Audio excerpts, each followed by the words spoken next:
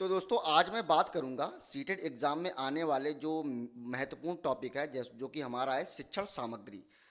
शिक्षण सामग्री से हर बार 2 से 3 नंबर के प्रश्न बनते हैं। शिक्षण सामग्री में हमारे जैसे 10 ग्राम हो गया, डॉट पेपर हो गया, जियो बोर्ड हो गया, है ना, 2D 3D शेप्स वगैरह हो गया। इन सब के बारे में आज मैं कंप्लीट जानकारी आपको मैं दूंगा इस वीडियो के माध्यम से। तो दोस्तों आप लोग वीडियो पे जरूर बने रहिएगा अगर आपको 2 से 3 नंबर कन्फर्म करना है तो। ठीक है दोस्तों। तो हेलो दोस्तों, मेरा नाम है अतुल और आपका हमारे यूट्यूब चैनल पर बहुत बहुत स्वागत है। तो दोस्तों आप लोग इस चैनल पे बने रहिए और जो भी नए आए हुए हैं उनको वो चैनल को सब्सक्राइब जरूर कर लीजिए, बेल आइकन को भी जरूर दबा लीजिएगा। ठीक है दोस्तों। तो दोस्तों अब देरी नहीं करते हैं, अब सीधा चलते हैं अपने टॉपिक पे। तो दोस्तों मैथ पैडागोजी में हमारे जो शिक्षण सामग्री जो है उसके किस तरीके से प्रश्न बनते हैं वो कुछ इस प्रकार हैं। तो देरी नहीं करते हैं, अब उसको हम लोग स्टार्ट करते हैं। तो दोस्तों हमारा पहला जो इसमें हमारा जो शिक्षण सामग्री है उसको हम बोलते हैं चौपड़ यानी कि टाइलिंग। ठीक है। चौपड़ यानी कि टाइलिंग क्या होती है दोस्तों? तो कुछ इस टाइल आप लोगों ने घर में टाइल्स देखे होंगे दोस्तों, आप लोगों के घर में टाइल्स भी लगे होंगे। तो कुछ इस प्रकार से वो टाइल्स होते हैं, कुछ इस प्रकार से जैसा कि ये इस फिगर में बना हुआ है। ठीक है। तो इसमें क्या होता है, इसमें ये है दोस्तों कि इसमें बच्चों को 2D और 3D शेप्स के बारे में नॉलेज, मतलब इसके बारे में नॉलेज करवाई जाती है। किसके? चौपड़ से। ठीक है। यानी कि टाइलिंग से बच्चों को 2D और 3D शेप्स के बारे में नॉलेज करवाई जाती है। ठीक है। कुछ इस प्रकार से हमारी जो होती है चौपड़, इस प्रकार से हमारी चौपड़ होती है, उसके बारे में हम लोग जानकारी लेते हैं। ठीक है। तो ये हमारा दोस्तों है चौपड़ यानी कि टाइलिंग। इससे हम लोग बच्चों को 2D और 3D शेप्स के बारे में जानकारी करवाई जाती है बच्चों को, बस सिंपल। अब अगला जो दोस्तों हमारा शिक्षण सामग्री है वो है एबाकस। क्या बोलते हैं इसको? इसको दोस्तों हम बोलते हैं एबाकस। ठीक है। एबाकस क्या होता है? तो वो ये कुछ इस तरीके से दोस्तों एक प्लास्टिक का खिलौना होता है। उसमें 1 से लेके और 9 तक के नंबर लिखे, 0 से लेके 9 तक के नंबर लिखे होते हैं। और उसमें दोस्तों कुछ इस नुमा एक रॉड होती है, उसमें छल्ले नुमा इस तरीके से बने होते हैं, ये छल्ले जो होते हैं। ठीक है। कुछ इस तरीके से होते हैं, इसको हम लोग बोलते हैं अबाकस। जो आंगनवाड़ी, जो प्राइमरी स्कूल, जो प्री प्राइमरी स्कूल जो होते हैं उसमें आप लोगों को ये जो खिलौना है ये आपको देखने को मिलेगा। अब ये खिलौना क्यों रखा जाता है, बच्चों को ये क्या सिखाता है उसके बारे में भी जानकारी लेते हैं। तो इसमें बच्चों को बेसिक काउंटिंग यानी कि जो बेसिक गिनती होती है 1 2 3 4, ये जोड़ और घटाना, प्लेस वैल्यू और फेस वैल्यू आदि का ज्ञान करवाया जाता है। किससे? एबाकस के माध्यम से। दोस्तों देखिए सीटेट के एग्जाम में प्रश्न कुछ इस तरीके से बनते हैं कि उसमें पूछ दिया जाएगा कि एबाकस से क्या नाम है कि कौन कौन सी चीज़ें हम बच्चों को सिखा सकते हैं। ऑप्शन में 3-4 चीज़ें दे देगा और उसमें से पूछ लेगा कौन सा, ये पूछ देगा कौन कौन सी चीज़ें नहीं सिखा सकते हैं। उसमें 3-4 चीज़ें दे देगा, 3 हमारी हो सकती हैं कि जो ऐसी चीज़ें दी गई हों कि जो सिखा सकती हैं, 1 हमारा निगेटिव दे दे तो वही आंसर हो जाएगा अगर निगेटिव आंसर पूछा जाएगा तो। ठीक है। कुछ इस तरीके से हमारा एबाकस किस काम करता है। एबाकस जो होता है वो बच्चों को बेसिक काउंटिंग सिखाता है, जोड़ घटाना और प्लेस वैल्यू और फेस वैल्यू के बारे में एबाकस से बच्चों को जानकारी दी जाती है। और एबाकस की एक खासियत भी होती है कि दृष्टिबाधित यानी कि विजुअली चैलेंज जो बच्चे होते हैं, जो बच्चों को कम दिखाई देता है या बिल्कुल भी नहीं दिखाई देता है, उन स्टूडेंटों के लिए भी ये यूजफुल होता है एबाकस। क्योंकि देखिए एबाकस एक ऐसी चीज़ होती है जो कोई टच करके, छू करके बच्चे आराम से गिनती कर सकते हैं इन छल्लों को। ठीक है। तो ये दृष्टिबाधित बच्चों के लिए भी हेल्पफुल होता है एबाकस। अब बात करते हैं अगला जो हमारा सामग्री है उसके बारे में। तो अगली सामग्री दोस्तों हमारी जियो बोर्ड। जियो बोर्ड किस तरीके से काम करती है? तो देखिए जियो बोर्ड एक प्लाई का एक टुकड़ा होता है बड़ा सा, उसमें कुछ कीलें इस तरीके से ऐसे ऐसे गड़ी होती हैं और उन कीलों में से हम क्या करते हैं कि धागे से या रबड़ बैंड से एक बेसिक चित्र टाइप का बनाते हैं, ये इस तरीके का, जैसे आप इस चित्र फिगर में आप देख सकते हैं। ठीक है। इस तरीके से इसमें रबड़ के माध्यम से इस तरीके से इसमें हम लोग चित्र बनाते हैं। ठीक है। कील जो गड़ी होती है उसके माध्यम से। तो अब ये देखते हैं कि दोस्तों ये किस तरीके से ये काम करता है, उसको भी हम लोग देखते हैं। तो देखिए जियो बोर्ड जो होता है दोस्तों, जियो बोर्ड जो होता है इसके माध्यम से बच्चों को बेसिक ज्योमेट्री यानी कि जो बेसिक जो ज्योमेट्री होती है वो बच्चों को सिखाया जाता है। और इसमें सिर्फ 2D शेप्स के बारे में याद रखिए आप, इसमें सिर्फ 2D शेप्स के बारे में बताया जा सकता है, ना कि 3D के बारे में। देखिए जो एक 2D शेप होता है, 3D शेप होता है, वो हम आपको आगे बताने वाले हैं आज ही की वीडियो में। ठीक है। तो एक जो 2D शेप्स होता है, एक 3D शेप्स होता है। तो इससे जो जियो बोर्ड जो होता है उसमें सिर्फ 2D की आकृति हम सिर्फ बता सकते हैं बच्चों को। ठीक है। तो इसमें बेसिक ज्योमेट्री 2D शेप्स में बता सकते हैं और इसमें बच्चों को जैसे कि ट्रायंगल हो गया, रेक्टेंगल हो गया, स्क्वायर हो गया, सर्कल हो गया आदि का ज्ञान दिया जाता है। ठीक है, ये बात आप ये याद रखिएगा। और इसमें 3D का शेप्स का ज्ञान नहीं दिया जाता, ये बात याद रखिए, 3D में नहीं, ओनली 2D में। तो ये हमारा हो गया दोस्तों जियो बोर्ड। अब दोस्तों हम बात करते हैं, दोस्तों जियोजेब्रा की। तो जियोजेब्रा क्या होता है? तो जियोजेब्रा जो होता है वो कंप्यूटर का एक सॉफ्टवेयर होता है दोस्तों, ठीक है। आप लोग देख सकते हैं ये स्क्रीन हमारे कंप्यूटर की, और स्क्रीन में एक चित्र बने हुए हैं, ये रेक्टेंगल, ये हमारा ट्रायंगल बना हुआ है। इसी तरीके से हम ये इसमें सॉफ्टवेयर के माध्यम से हम फिगर्स को बनाते हैं। तो यह एक कंप्यूटर सॉफ्टवेयर है, ठीक है। यह एक कंप्यूटर या फ़ोन आधारित सॉफ्टवेयर है जिस पर ज्योमेट्रिक शेप्स का ज्ञान दिया जाता है, चाहे वो 2D में हो और चाहे वो 3D में हो। तो याद रखिएगा, तो जियोजेब्रा दोस्तों जो है वो 2D और 3D शेप्स के बारे में बताया जाता है। जियोजेब्रा है क्या? एक कंप्यूटर या फ़ोन पर आधारित एक सॉफ्टवेयर है, ठीक है। तो ये हमारा हो गया जियोजेब्रा के बारे में जानकारी। अब अगला जो सामग्री है उसके बारे में बात करते हैं दोस्तों। तो अगली जो सामग्री है वो है ग्राफ पेपर, और ये मोस्ट इंपॉर्टेंट है। ग्राफ पेपर हो गया, डॉट पेपर हो गया, और ऊपर जो मैंने आपको बताया था, ऊपर मैंने आपको कौन सा वो बताया था, एक जियोजेब्रा हो गया, ये भी इंपॉर्टेंट है, और ये हमारा एबाकस जो है वो भी इंपॉर्टेंट है, ठीक है। अब बात करते हैं ग्राफ पेपर की। तो ग्राफ पेपर दोस्तों क्या काम करता है? तो देखिए, इससे बच्चों को डेसिमल नंबर्स का ज्ञान दिया जाता है ग्राफ पेपर से। अब डेसिमल नंबर्स का ज्ञान कैसे दिया जाता है? तो अब मैं आपको बता दूं, जैसे ग्राफ पेपर कुछ इस तरीके का बना होता है, एक सेकंड, ग्राफ पेपर कुछ इस तरीके का ऐसा होता है, ठीक है। इसके बीच में छोटी छोटी ऐसे लाइनें वो खिंची होती हैं। एक सेकंड मैं आपको बना के दिखाता हूं। ये देखिए दोस्तों, ये कुछ हमारा ग्राफ पेपर कुछ इस तरीके से ऐसे हमारी लाइन होती है बड़ी सी, ठीक है। और इन्हीं बड़ी लाइनों के बीच में हमारे जो छोटी छोटी पतली पतली ऐसे ऐसे लाइनें खिंची होती हैं, ऐसे ऐसे, ठीक है। इसे पतली पतली लाइनें खिंची होती हैं, और उन्हीं पतली पतली लाइनों में ऐसे ऐसे और ऐसे ऐसे होता है, ठीक है। तो क्या होता है कि यहाँ से हम लोग क्या करते हैं, ग्राफ पेपर जो होता है इसमें हम लोग काउंट करते हैं, यहाँ पे एक, यहाँ पे स्टार्ट करते हैं अगर, तो यहाँ पे हो जाएगा 1, यहाँ पे हो जाएगा, यहाँ पे 0.1, 0.2, 0.3, 0.4, 0.5, 0.6, इस तरीके से हम लोग दोस्तों ये हम सीखते हैं। तो हम ये इसमें हम जानकारी लेंगे कि जो ग्राफ पेपर होता है इससे बच्चों को डेसिमल नंबर के बारे में, यानी कि दशमलव संख्या के बारे में उसमें बच्चों को सिखाया जाता है ग्राफ पेपर से। सिंपल सी बात करते हैं डॉट पेपर की। तो डॉट पेपर से इसमें बच्चों को जियोमेट्रिक शेप्स यानी कि ज्यामितीय संरचना के बारे में बच्चों को सिखाया जाता है डॉट पेपर के माध्यम से, और इंग्लिश अल्फ़ाबेट का भी ज्ञान दिया जाता है इस डॉट पेपर के माध्यम से। आप लोग जानते होंगे कि जब आपके बच्चे होंगे छोटे छोटे, तो उसमें आपको देखा होगा बच्चों की जो छोटी छोटी जो बुक्स होती हैं उसमें जो ABCD जो लिखी होती है वो डॉट डॉट डॉट डॉट लिखी होती है, कुछ इस तरीके से। अब इसमें से बच्चों को ऐसा बताया जाएगा कि इसके डॉट के ऊपर ऐसे इस तरीके से A बनाओ, या इस तरीके से 1 बनाओ, या इस तरीके से स्क्वायर ऐसे, इस तरीके से ऐसे स्क्वायर बनाओ। तो उन्हीं डॉट के ऊपर ऊपर पेंसिल बच्चों चलवाया जाता है, तो वो हमारा है डॉट पेपर। इससे बच्चों को ज्योमेट्रिक शेप्स के बारे में और इंग्लिश अल्फ़ाबेट के बारे में या नंबर के बारे में, इसके बारे में बच्चों को सिखाया जाता है डॉट पेपर के माध्यम से, ठीक है। अब बात करते हैं आगे। तो आगे क्या हमारा है कि सममित यानी कि सिमेट्री पढ़ाने के लिए भी डॉट पेपर का इस्तेमाल किया जाता है, तो इसको भी आप लोग याद रखिएगा, ठीक है। सममिति का जो मैंने पिछले वीडियो जो बनाया था उसमें मैंने आपको सममित के बारे में पढ़ा दिया था कि सममिति क्या होता है। तो सममित पढ़ाने के लिए भी डॉट पेपर का इस्तेमाल किया जाता है, ठीक है। अब बात करते हैं 10 ग्राम की। तो 10 ग्राम क्या होता है? तो 10 ग्राम इसमें होता है कि इसमें ज्योमेट्रिकल शेप्स की जानकारी दी जाती है पिक्चर के माध्यम से। किसके माध्यम से? पिक्चर के माध्यम से।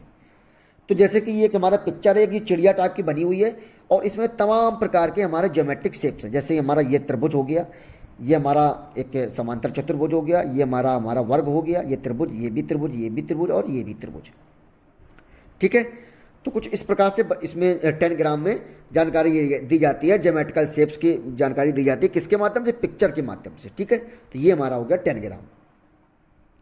अब बात कर दी जाए अगर, तो इसमें 10 ग्राम से ही, अब देखिए जो 10 ग्राम जो दोस्तों होता है इसमें बच्चा पहेलियों यानी कि क्विज तथा खेल यानी कि गेम्स के माध्यम से सीखता है, ठीक है। ये भी आप लोग याद रखिएगा, क्योंकि देखिए ये चिड़िया है तो बच्चा कहीं ना कहीं उत्साहित होगा, छोटा बच्चा, चिड़िया है चिड़िया है चिड़िया है। उसी चिड़िया खिलाते खिलाते बच्चों को हम लोग शेप्स के बारे में जानकारी दे देंगे, ठीक है। बच्चे से कहेंगे चिड़िया की चोंच कहाँ है, तो वो ट्रायंगल वाला उठाएगा, ये वाला पोर्शन उठाएगा ट्रायंगल वाला और लगा देगा। तो ये इस तरीके से हम लोग बच्चों को पहेलियों खेल के माध्यम से भी सिखाते हैं 10 ग्राम के माध्यम से, ठीक है। इसमें अगर बात कर दी जाए तो इसमें 7 ज्योमेट्रिक फिगर होते हैं, ठीक है, जिसमें कि 5 त्रिभुज, एक वर्ग, एक समांतर चतुर्भुज। जैसा कि हम लोग फिगर में देख भी सकते हैं कि 5 त्रिभुज हैं हमारे। अब 5 त्रिभुज कौन कौन से हैं? एक त्रिभुज, 2, 3, 4, 5, एक हमारा जो वर्ग है और एक समांतर चतुर्भुज है, ठीक है। कुछ इस तरीके से जानकारी दी जाती है। तो जो जो 10 ग्राम होता है उसमें कितने ज्योमेट्रिकल फिगर होते हैं? तो उसमें 7 ज्योमेट्रिकल फिगर होते हैं, ठीक है। अब बात करते हैं दोस्तों डाइंस ब्लॉक की। किसकी बात करते हैं? डाइंस ब्लॉक इंपॉर्टेंट है। डाइंस ब्लॉक की अगर दोस्तों हम बात करें तो आप लोगों ने जानकारी बोर्ड मास का रूल अच्छे से पढ़ा होगा, तो बोर्ड मास में हम लोग BO हटा देंगे और DAMS के बारे में ओनली देखेंगे, ठीक है। तो डाइंस ब्लॉक क्या होता है? तो डाइंस ब्लॉक के माध्यम से हम लोग बच्चों को प्लेस वैल्यू आसानी से सिखा सकते हैं बच्चों को, ठीक है। तो प्लेस वैल्यू के लिए इसका यूज़ किया जाता है, किसका? डाइंस ब्लॉक का यूज़ किया जाता है। ये हमारा डाइंस ब्लॉक है। डाइंस ब्लॉक होता क्या है कि आप लोगों ने देखा होगा कि छोटे छोटे जो प्लास्टिक के टुकड़े होते हैं, उन्हीं टुकड़ों को एक दूसरे के ऊपर जोड़ जोड़ के हम लोग बिल्डिंग्स बनाते हैं, या ऐसे लाइन बना देते हैं, या ऐसा कुछ नंबर लिख देते हैं, या कोई शेप सुना देते हैं। तो वो दोस्तों हमारा होता है डाइंस ब्लॉक, ठीक है। तो डाइंस ब्लॉक के माध्यम से बच्चों को प्लेस वैल्यू सिखाई जाती है, ठीक है। अब आगे अगर बात करें तो 10 ग्राम और डाइंस ब्लॉक से स्थानिक समझ विकसित होती है। स्थानिक समझ क्या होती है? स्पैटियल जो अंडरस्टैंडिंग जो है। स्थानिक का मतलब क्या होता है? स्पैटियल अंडरस्टैंडिंग, यानी कि इमेजिन करने की क्षमता जो होती है वो विकसित होती है बच्चों में, ठीक है। तो बच्चों में 10 ग्राम और डाइंस ब्लॉक से स्थानिक समझ की विकसित होती है बच्चों में, ये बात आप लोग याद रखिएगा। और अगर डाइंस ब्लॉक से अगर बात कर दी जाए तो इसमें क्या होगा डाइंस ब्लॉक्स में? तो डाइंस ब्लॉक में दोस्तों इसमें फ्रैक्शन की भी जानकारी दी जाती है, आप लोग याद रखिएगा। फ्रैक्शन की भी जानकारी इसमें बच्चों को दी जाती है, आप लोग ये भी आप लोग याद रखिएगा, ठीक है। अब दोस्तों अगला हमारा जो एक टॉपिक है वो हमारा है पैटर्न। तो पैटर्न क्या है उसके बारे में हम लोग जानकारी लेते हैं। देखिए, यह मेंटल एक्टिविटी से रिलेटेड है। किससे? मेंटल एक्टिविटी से, ठीक है। जो मानसिक एक्टिविटी है उससे रिलेटेड है। जैसे जो रीजनिंग जो होता है ना दोस्तों, रीजनिंग आप लोगों ने देखा होगा, एक चला आ रहा है ग्रुप कि मान लो पहले 2 सेब, बच्चों में देखा होगा, पहले 2 सेब हैं तो क्या होगा? एक हमारा बनाना होगा, केला होगा। फिर 2 सेब हैं तो फिर आगे डैश दिया हुआ तो वहाँ पे क्या आएगा? एक केला आ जाएगा। जैसे इस तरीके से समझते हैं इस फिगर्स के माध्यम से हम लोग। जैसे कि हमारा ये T बना हुआ है, फिर ये उल्टा T बना हुआ है, ठीक है। आप लोगों ने देखा ये हमारा T बना है, फिर ये उल्टा T बना है, फिर ये हमारा सीधा T बना है, फिर उल्टा T बना है। तो हमारा जो T बना है पहले सीधा बना है, फिर उल्टा, फिर सीधा T, फिर उल्टा T। अब कैसा आएगा? अब आएगा सीधा T। अब कैसा आएगा? अब आएगा सीधा T, ठीक है। इसके बाद उल्टा T, फिर सीधा T, फिर उल्टा T। तो ये हमारा कुछ एक क्रम है, एकदम सीरीज है, उल्टा सीधा की। तो इससे बच्चों में क्या होती है? मेंटल एक्टिविटी से रिलेटेड होता है। बच्चों में मेंटल एक्टिविटी अच्छी होती है, बच्चों में इससे क्रिएटिविटी बढ़ती है। जैसा कि हमारा ये पहले 2 लाइन है, फिर एक गोला है, फिर 2 लाइन है, फिर एक गोला है, फिर 2 लाइन है। अब क्या आएगा? फिर एक गोला आ जाएगा, फिर 2 लाइन आ जाएगा, फिर एक गोला आ जाएगा, ठीक है। तो ये एकदम रीजनिंग है एक, इस तरीके से दोस्तों है।